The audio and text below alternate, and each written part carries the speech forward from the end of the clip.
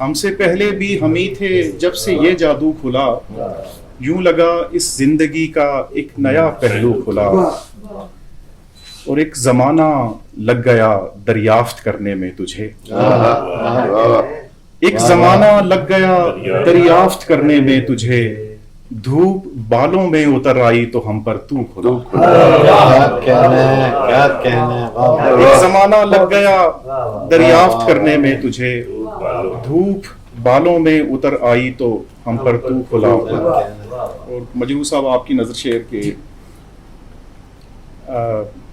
بس تیرے اصرار پر ہم رونق محفل ہوئے, بس تیرے اصرار پر ہم رونق محفل ہوئے, دوست ورنہ ہم سا کم آمیز کب ہر سو کھلا. بس تیرے اصرار پر ہم رونق محفل ہوئے, دوست ورنہ ہم سا کم آمیز کب ہر سو کھلا. ایک غزل سے اور کچھ اشعار کے, ایک مدفون خزانے کی زمیں ہیں ہم لوگ. بہت اچھی غزل ہے آپ کی کتاب میں, بہت اچھی غزل. ایک مدفون خزانے کی زمیں ہیں ہم لوگ, بود و نابود کے رازوں کے امی ہیں ہم لوگ. اور ہم پہ کھلتے تھے کہاں انفس و آفاق کے بھید, ہم پہ کھلتے تھے کہاں انفس و آفاق کے بھید, یہ عطا ہے کہ حقیقت کے کری ہیں ہم لوگ. اور یا اخی تم جو کبھی کوہ ندا پر پہنچے, یا اخی تم جو کبھی کوہ ندا پر پہنچے, جان جاؤ گے کہ پہلے سے وہی ہیں ہم.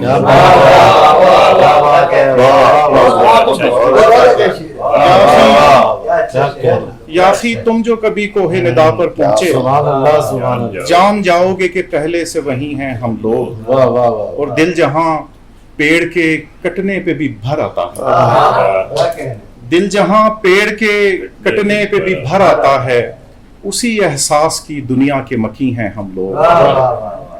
عرش سے اترے ہوئے تخت پہ بیٹھیں گے کیوں, عرش سے اترے ہوئے تخت پہ بیٹھیں گے کیوں, تم نہیں سمجھو گے کیوں خاک نشیں ہیں ہم لوگ. نظم ایک پیش کر دیتا ہوں.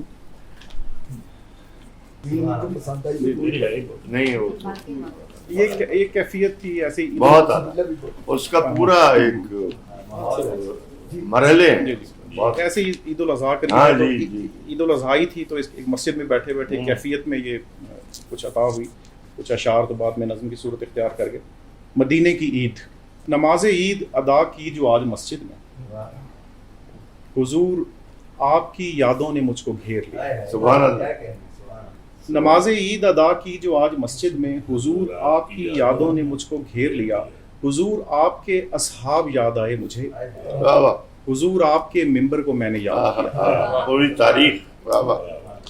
تھا بخت والا وہ حجرا کہ جس میں عید کے روز لباس پاک کی خوشبو مہک اٹھی ہوگی. رخ حبیب کی بے مثل روشنی کے طفیل, حریم پاک کی ہر شے چمک اٹھی ہوگی. یتیم روتا ہوا طفل یاد آیا مجھے, حضور یتیم روتا ہوا طفل یاد آیا جسے, حضور آپ نے دیکھا تو اشک بار ہوئے. تھے خوش نصیب گلے آپ نے لگایا جنہیں, جو لوگ بے بس و مفلس تھے مالدار ہوئے. عقیدتوں سے تھا لبریز دل جو دھیان کیا, کہ راہ دیکھ رہی ہوں گی فاطمہ زہرا. عقیدتوں سے تھا لبریز دل جو دھیان کیا, کہ راہ دیکھ رہی ہوں گی فاطمہ زہرا. حسن حسین علی ہوں گے آپ کے ہمراہ, خوشی سے جھوم اٹھی ہوں گی فاطمہ زہرا. حضور آپ کی محفل عجب تھی روز سعید, کہ جس میں سب کی تواضع کا اہتمام رہا. وہ ایک کھجور جو آئی تھی میرے حصے میں, اسے میں چکھ کے بڑی دیر شادکام رہا. وہ کیا خیال وہ کیا خواب تھا نہیں معلوم, کہ بیٹھے بیٹھے برسنے لگی میری آنکھیں. تھمے جو اشک تو پا کر نہ وہ حسین ماحول, اسی فضا کو ترسنے لگی میری آنکھیں. اور ایک میں سمجھتا ہوں ہم سب کی طرف سے اور ہماری عربی دنیا کی طرف سے ایک شکریہ